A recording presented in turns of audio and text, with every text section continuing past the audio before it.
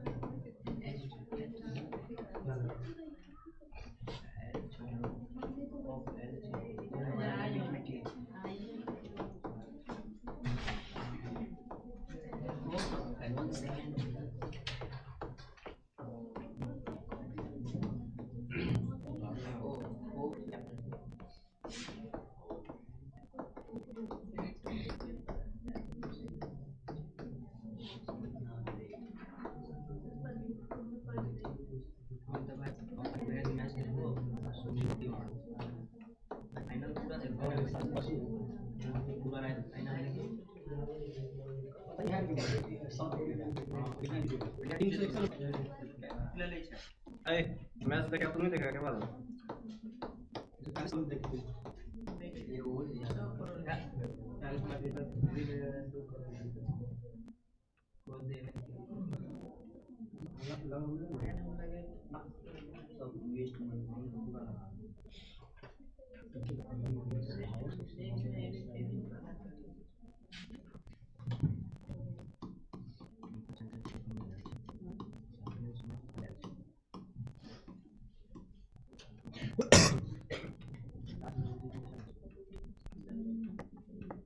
और 200 का kilo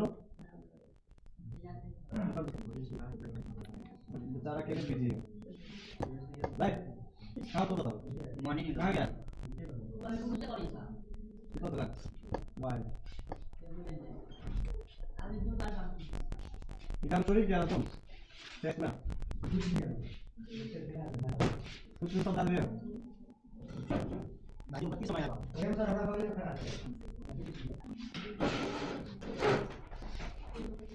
kalau menurut tadi nilai ini cuma menurut mereka sebenarnya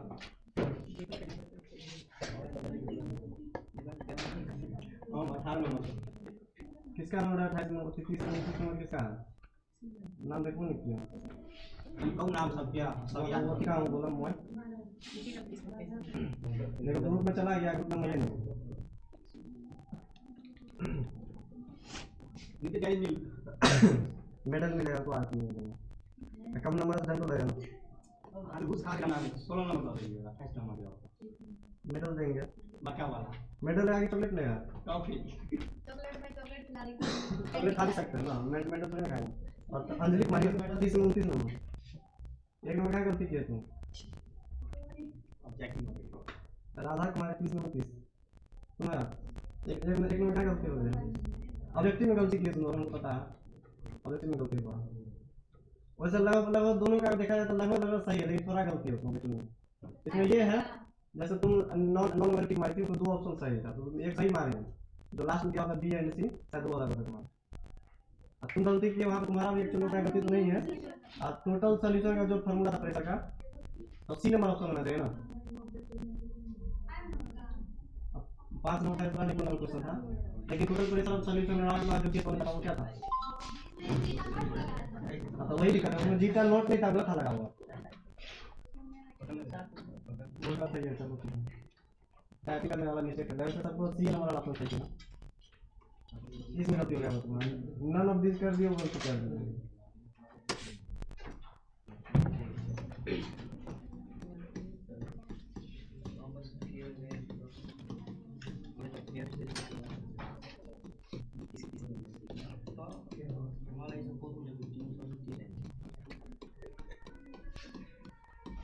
तो writing बढ़िया होगी तो नंबर कम होछे तो करा कहै छै अच्छा तो स्टूडेंट सब के नंबर भेज तो वाला तो देखि तो टीचर के नंबर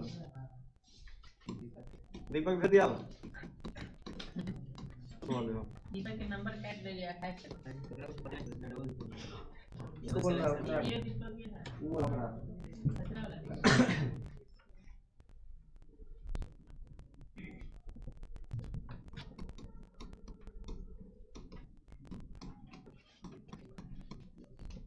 भाई रिजल्ट मैंने का संस्कार भी से पहले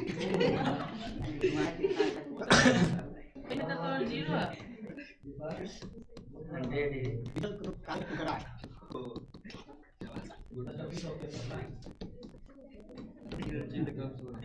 मास्टर है गांव की क्या बात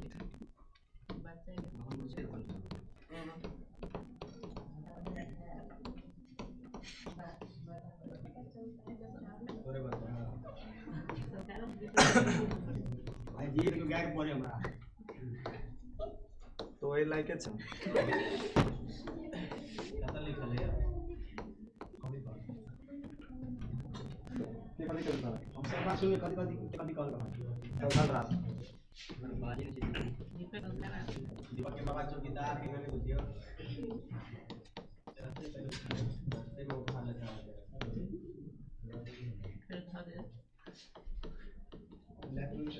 जब हम देखें क्या सब ग्रेजुएशन को क्या बैठल है अब लास्ट में विद्यार्थी का समूह है अगर क्या है लड़का पढ़ल लिया बीए पास तो ये क्या कोई तो समझ बात था मुंह कर देते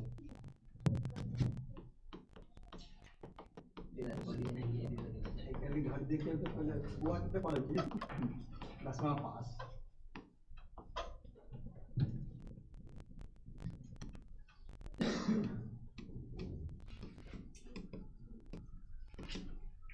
चलो लिखो तो सुना दो ये वाला क्वेश्चन बिहार वाले कितना बार बहुते बार पूछा हमने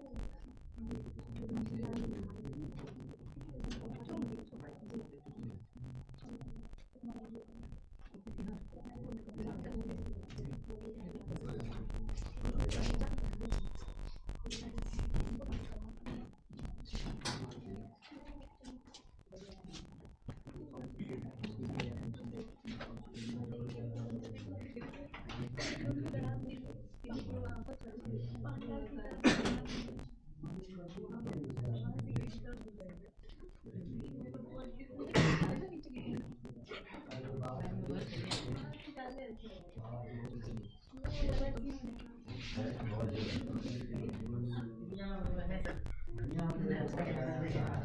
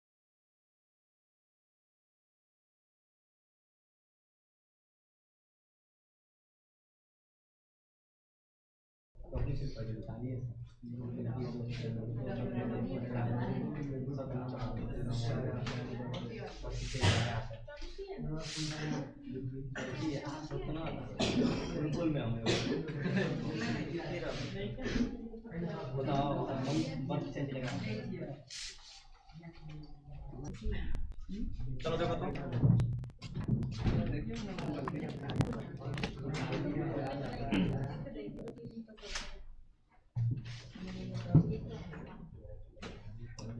चलो सुनो तो ये देखो हैंडल हमारा लास्ट टॉपिक है। ठीक है, इसके बाद भी आप कुछ लिखाएंगे, मतलब वहाँ पे 10-15 लाइन और इसका यूज के बारे में बात करेंगे, फिर हमारा चैप्टर खत्म हो जाएगा। लास्ट चैप्टर लास्ट टॉपिक है हमारा, खत्म हो जाना चाहिए, खत्म कर देंगे 10 मिनट 15 मिनट और लगेगा, खत्म हो जाएगा। शांत रहो तो। चलो देखो तो पिछले क्लास में हमने बात किया था वेंट ऑफ फैक्टर, है ना? किसके बारे में बात किया था? Went of factor. Went of factor का यहाँ पे मेन यूज कहाँ पे था? कॉलिगेटिव प्रॉपर्टी या फॉर्मूला में मल्टीप्लाई करना, याद रखना। वेंट ऑफ फैक्टर का यहाँ पे मेन पर्पस हमारा क्या था? थोड़ा बैक करके समझा देते हैं, थोड़ा पेज काट कर देते हैं, फिर बैक कर देंगे। आए संद्रा, जैसे मान लो मेरे पास ऑस्मोटिक प्रेशर का फॉर्मूला क्या होता है बताओ? पाई बराबर m into R into T. क्या ये सही फॉर्मूला है? 100% सही नहीं है। हाँ आंसर लाएंगे लेकिन कभी सही होगा कभी सही नहीं भी होगा। तो ये फॉर्मूला हमारा 100% सही आ गया। आई से मल्टीप्लाई मैंने क्यों किया है?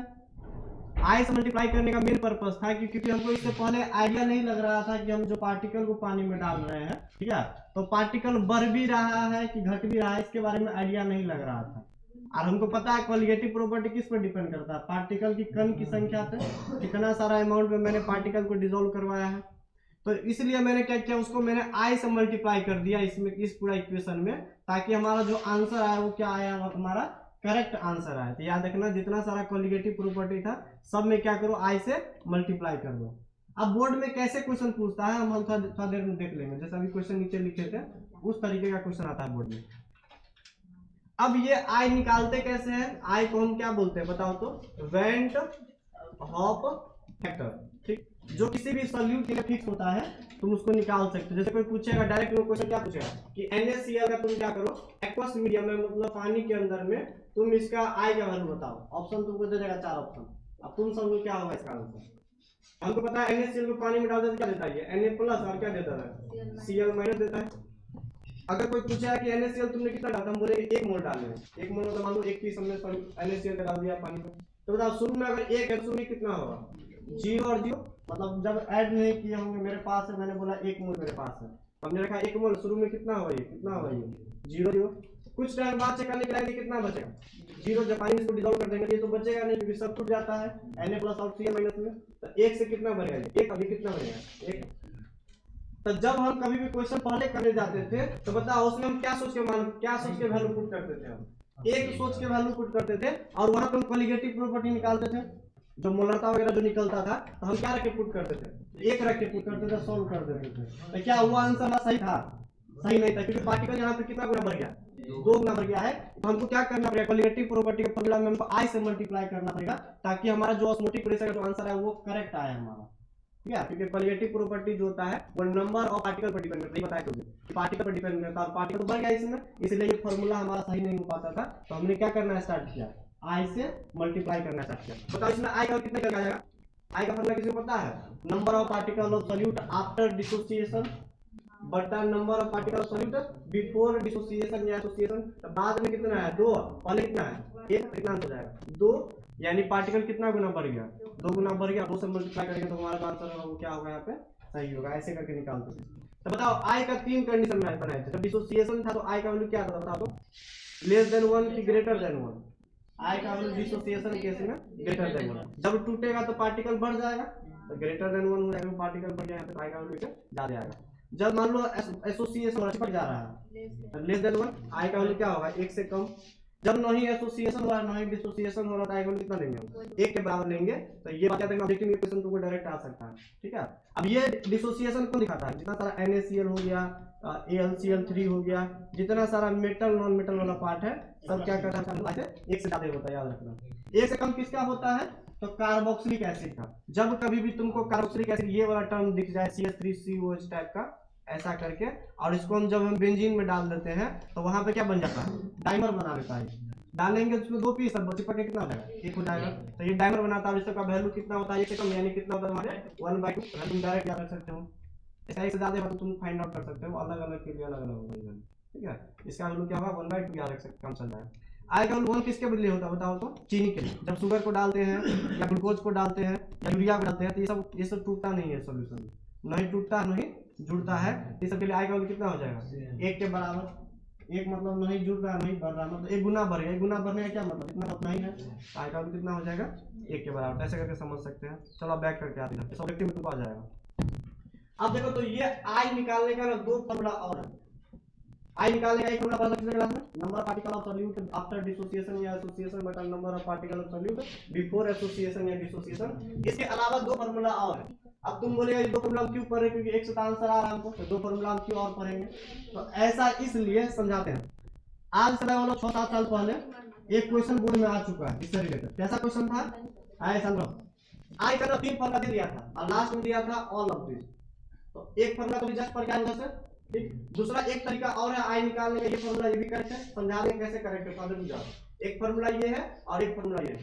तो बताओ ऑल ऑफ दीज अगर चौथा ऑप्शन में बन के आता है तो बताओ चारों क्या हो जाएगा सही हो जाएगा 1 2 3। इसके लिए तुमको ये दोनों जाना पड़ेगा क्योंकि ऑब्जेक्टिव के लिए ये सफिशिएंट है। ऑब्जेक्टिव के लिए तुम ये काम करेगा जो आएगा क्वेश्चन को पूछता है 3 साल 4 साल पहले पूछा हुआ था, लेकिन अभी तो सब नहीं आ रहा है 3 साल से, लेकिन शायद आ सकता है। तो ये 2 याद रखना है। अब ये क्या है समझते सुनो, पहला I का जो फॉर्मूला है वो I बराबर क्या है नॉर्मल मोलर मास बटा क्या है एब्नॉर्मल मोलर मास। क्या मतलब है समझते बैक करके, देखो तो बैक करके क्या करेंगे।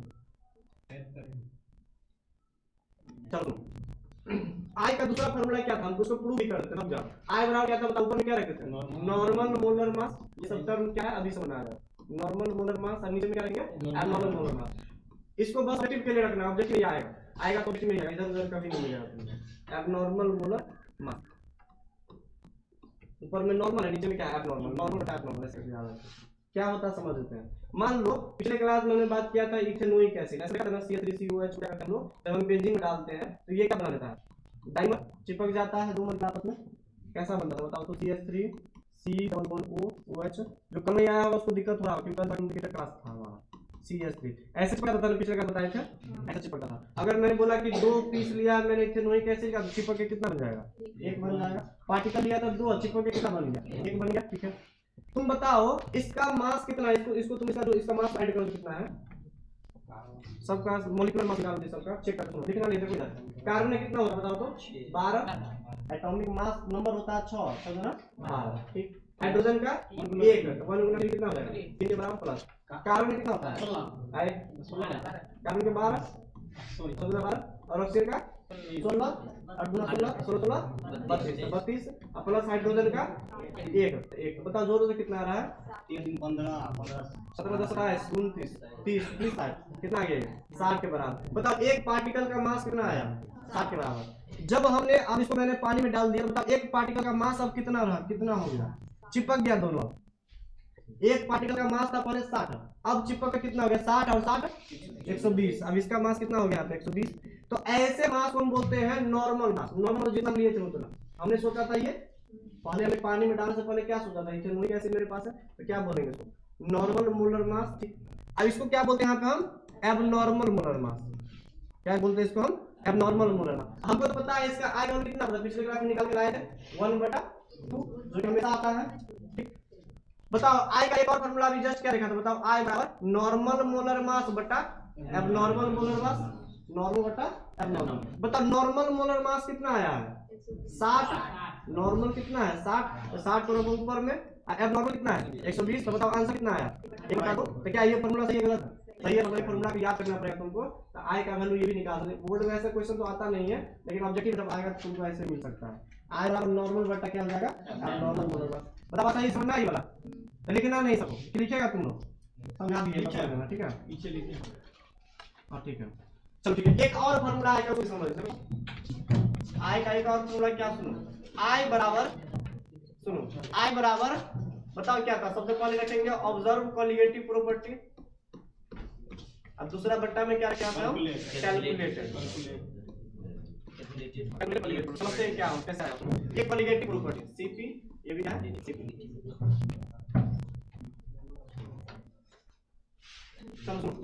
मान लो हमने ना किसी सॉल्यूशन का ना हम ऑस्मोटिक प्रेशर निकाले, पाई बराबर मान लो पता क्या होता है? m × r × t। ठीक, मान लो उस समय में ना हमने आई से आज से मान लो 2 दिन पहले तुमको पूछते हैं ऑस्मोटिक प्रेशर निकालो, तो तुम कैसे निकालता? क्योंकि हम आई का वैल्यू पढ़ाया नहीं थे तुम लोगों को, तुम ऐसे निकाल लेता और ये तुम्हारा क्या हो जाता? गलत हो जाता ना। पाई बराबर m × r × t। तो ऐसे फार्मूला को ना एक नाम दिया गया है, ऐसे फार्मूला नाम दिया गया बुक के अंदर में, इसको बोलते हैं कैलकुलेटेड। क्या बोलते हैं? कैलकुलेटर। मतलब पहले जो कैलकुलेट करते थे ये वो वैल्यू, इसको क्या बोलते हैं हम लोग? कैलकुलेटर बोलेंगे। लेकिन जब हम उसको आई से मल्टीप्लाई कर देते हैं ना m × r × t, तो इसको बोला गया है, यहाँ पे बुक के अंदर में नाम लिया गया है, इसको बोलते हैं ऑब्जर्व। इसको क्या बोला गया बुक के अंदर में? इसको बोलते हैं ऑब्जर्व कॉलिगेटिव प्रॉपर्टी। ये कैलकुलेटेड, ये क्या है? ऑब्जर्व है। कैलकुलेट वैल्यू क्या बोला गया बुक के अंदर में? Calculated colligative property. इसको क्या बोला गया है? Observe colligative property. क्या हम इसको ऐसे लिख सकते हैं? देखो तो अगर हम कैलकुलेटेड कॉलिगेटिव प्रॉपर्टी को आई से मल्टीप्लाई कर देंगे क्या मिलता है? Observe colligative property. ये इस टर्म को क्या बोल देंगे हम? Calculated colligative property. जो पहले हम पढ़ते थे कैलकुलेटेड बोल दो, उसमें अगर आई से मल्टीप्लाई कर देंगे तो क्या निकल जाएगा? ऑब्जर्व। यानी हम लिख सकते हैं ना आई बराबर ऑब्जर्व कॉलिगेटिव प्रॉपर्टी बट्टा में क्या हो जाएगा? Calculated colligative property. ये टर्म को नीचे किसको ले जाओगे? तो ऑब्जर्व बट्टा क्या आ जाएगा? कैलकुलेटेड। याद ऑब्जर्व बट्टा क्या है? कैलकुलेटेड। और इस दोनों का जो अनुपात निकल गया वो किसके बराबर होगा? आई के बराबर। एग्जाम ऐसे सॉल्व मत करना, लेकिन ये फॉर्मूला तुमको याद रखना पड़ेगा। बता बात है? पहले जो करते थे कैलकुलेटेड, आई से मल्टीप्लाई करके तो हो जाएगा ऑब्जर्व। तो आई बराबर क्या लिख सकते हैं? ऑब्जर्व बट्टा कैलकुलेटेड। ऐसे एक फॉर्मूला बनता है। क्वेश्चन वैसे बने पूछना नहीं होगा, ऑब्जेक्टिव में आ सकता है ऐसे करके। चलो पेज पर बैक कर रहा है। चलो ये दोनों क्लियर हो गया बात?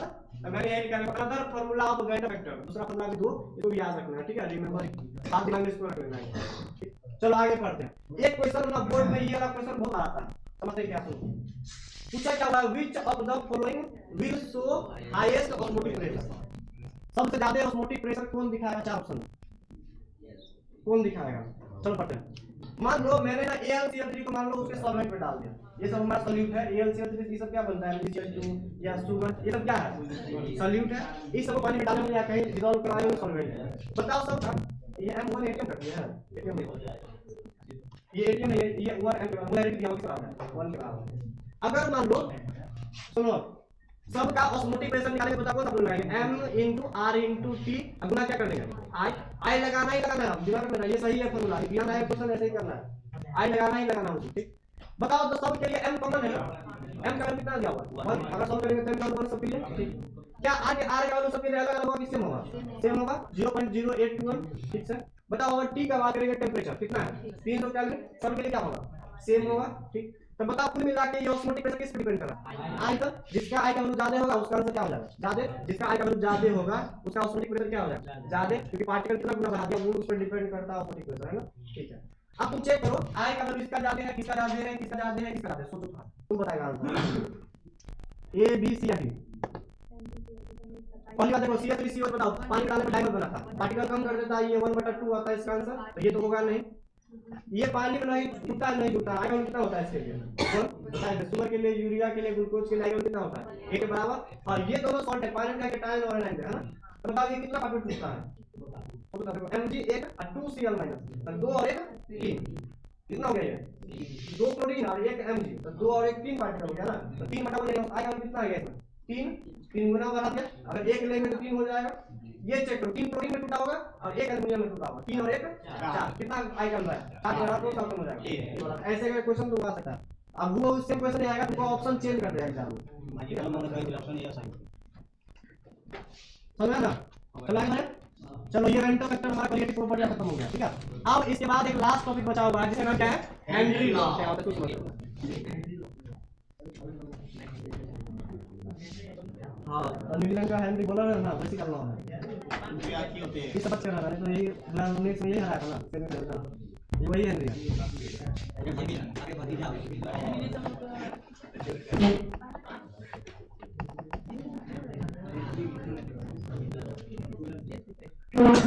चलो चलो साल सुनो। चलो तो हेनरी जो थे हमारे जो साइंटिस्ट है, वो हेनरी ने किस चीज पे काम किया था, कौन सा लॉ दिया था? वैसे तो पहले पढ़ा था लॉ तो जो वेपर प्रेशर पे काम किया था किसी भी रिएक्शन का, उसी तरीके से हेनरी लॉ करने वाला है। हेनरी लॉ क्या लिखेगा? उन हेनरी ने क्या बोला सुनो, अब देखो यहां पे समझते हैं क्या लास्ट टॉपिक हमारे चैप्टर का। सुनो अभी पढ़ेंगे हेनरी लॉ किसका पढ़ेंगे, इसका एप्लीकेशन कहां-कहां से ये लॉ को यूज करते हैं वो पढ़ेंगे। हेनरी ने क्या बोला कि मेरे पास मान लो कंटेनर में कुछ पानी भरा हुआ है, क्या भरा हुआ है? पानी या लिक्विड भरा हुआ है, इसको लिक्विड मान लेते हैं यहाँ पे हम। उन्होंने क्या बोला कि इस पानी वाले कंटेनर में तुम क्या करो, बाहर से ना कुछ गैस मॉलिक्यूल लाओ। क्या करेंगे? बाहर से कुछ गैस मॉलिक्यूल, मान लो ऑक्सीजन गैस लाओ, नाइट्रोजन गैस लाओ, कार्बन डाइऑक्साइड गैस लाओ, कोई भी गैस को तुम लाओ। अब तुम क्या करो, यहाँ पे रखो।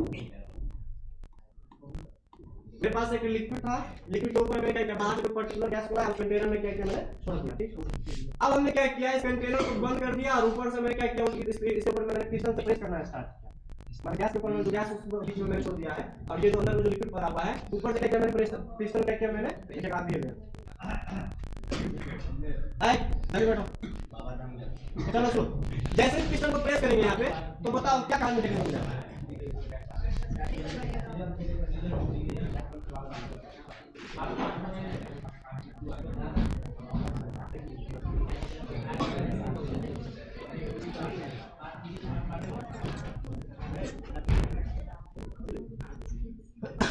देखो जैसे ही पिस्टन को प्रेस करेंगे तो यहाँ पे होगा क्या, तो ये जो गैस का जो मॉलिक्यूल था ये पानी के अंदर में घुलना स्टार्ट करेगा।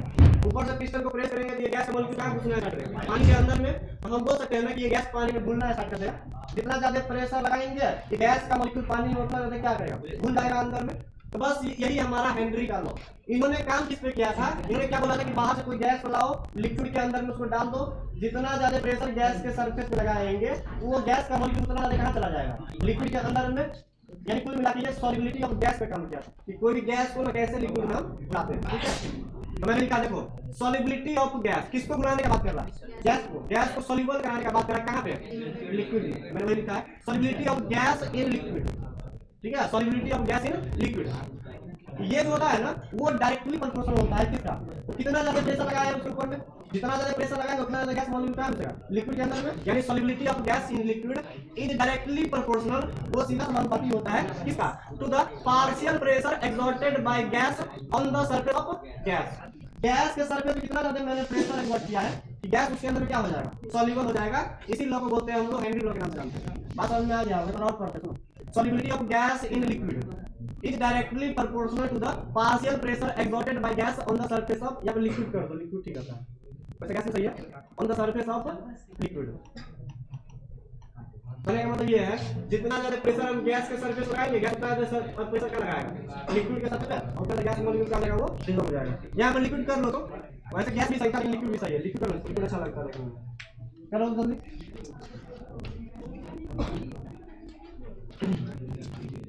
अब देखो तो इसका इक्वेशन क्या बना है यहाँ पे, जितना ज्यादा प्रेशर लगाएंगे गैस के सरफेस पे, गैस उतना ज्यादा प्रेशर का लगाएगा लिक्विड के सरफेस पे, उतना ज्यादा क्या होगा, सॉल्युबिलिटी होगा। प्रेशर ऑफ गैस जितना ज्यादा है उतना ज्यादा क्या होगा, सॉल्युबिलिटी होगा। सॉल्युबिलिटी वर्ड को बुक के अंदर में जीटा भी से इंडिकेट किया है। जीटा भी को यहाँ पे बोल सकते हैं, जीटा को गैस बोल सकते हैं, यहाँ पे हम गैस को बुलाया गया। सॉल्युबिलिटी को किससे इंडिकेट किया हुआ है, जीटा। जीटा का मतलब यहाँ होता है मोल अंश। कहने का मतलब यह है जितना ज्यादा प्रेशर लगाओ उतना ज्यादा गैस घुलेगा। गैस घुलना मतलब गैस का अमाउंट उतना ज्यादा चला जाएगा। उस अमाउंट ऑफ गैस को ना उन्होंने मोल अंश ऑफ गैस इंडिकेट किया। जितना ज्यादा प्रेशर लगाओ उतना ज्यादा गैस अंदर जाएगा। अब गैस जितना अंदर जाएगा बोलेंगे गैस का मोल अंश कितना अंदर में है, बोल सकते हैं, तो उसको मोल अंश इंडिकेट किया है। यानी pressure of gas directly proportional to the zeta भी। जीटा भी मतलब गैस का मोल फ्रैक्शन कहां पे, लिक्विड में। लिक्विड के अंदर कितना चला गया, देखो डाउन को अरे बात मांगने गया लास्ट बार बोले सुनो। मेरे पास क्या दे रहा है, ये मेरे पास ये लिक्विड पड़ा हुआ है, इधर क्या है, गैस है। हमने प्रेशर लगाया, बताओ गैस कहां प्रेशर लगाएगा, पानी के सरफेस पे। अब जैसे प्रेशर लगाएगा अंदर में आना स्टार्ट करेगा ये। अब जैसे ही अंदर में आना स्टार्ट कर देगा तो इसके अंदर में कितना मैंने गैस का मोल चला गया है उसका सीधा समानुपाती होता है। इसमें कितना गैस रखा है उसको मत रखना, इसके अंदर में कितना गैस चला गया है ये वो मोल फ्रैक्शन। कौन सा मोल फ्रैक्शन है, गैस के अंदर मतलब ये जो लिक्विड के अंदर में कितना मोल फ्रैक्शन गैस का चला गया है ये उस पर निर्भर करता है। समझ में क्या बात, प्रेशर जितना ज्यादा बढ़ाएंगे गैस का मोल अंश लिक्विड में उतना ज्यादा जाएगा। ये है इक्वेशन। ये मत रखना कि ये वाला गैस का मोल फ्रैक्शन डाल देना जो बाहर से लाए थे वो वाला। अंदर में कितना मोल फ्रैक्शन गैस का चला गया उस पर निर्भर करता है। ये एक्सबी जीटा भी बोलते हैं, लिक्विड में कितना चला गया। अब मैंने दोनों में क्या क्या प्रोपोर्शनलिटी कांस्टेंट बताया, तो मैंने एक कांस्टेंट लगाया जिसका नाम क्या है यहाँ पे KH। अब ये कंप्लीट इक्वेशन बन गया, प्रेशर ऑफ गैस बराबर हेनरी कांस्टेंट इनटू जीटा भी। जीटा भी का मतलब क्या है, गैस का मोल फ्रैक्शन कहां पे है, लिक्विड में कितना चला गया वो है। अब मैंने सबका नाम लिख दिया, देखो तो यहाँ पे P ऑफ गैस क्या है, partial pressure of gas, gas के सरफेस पे कितना प्रेशर लगाए थे वो है। KH को क्या बोलते हैं, हेनरी कांस्टेंट, क्योंकि हेनरी ने दिया था अपना नाम, तो क्या बोल देंगे इसको, हेनरी कांस्टेंट। x भी क्या है यहाँ पे, जीटा भी है, मोल फ्रैक्शन ऑफ गैस कहाँ का, लिक्विड का, लिक्विड के अंदर का, ठीक है, लिक्विड के ऊपर का नहीं, लिक्विड के अंदर कितना चला गया है उस पर निर्भर करता है। अब इसका एप्लीकेशन अगले क्लास में बात कर देंगे। हेनरी का जो एप्लीकेशन है ना उसके बारे में हम अगले क्लास में बात करेंगे, ठीक है।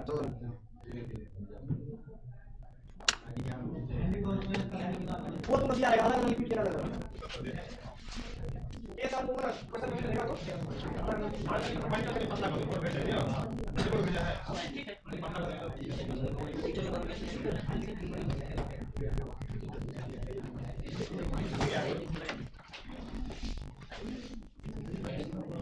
ये तो छूट गया इसको उतारना क्या, पहले वाला हाँ पीछे वाला कहाँ से पढ़ाया यार, देखिए पढ़ाई है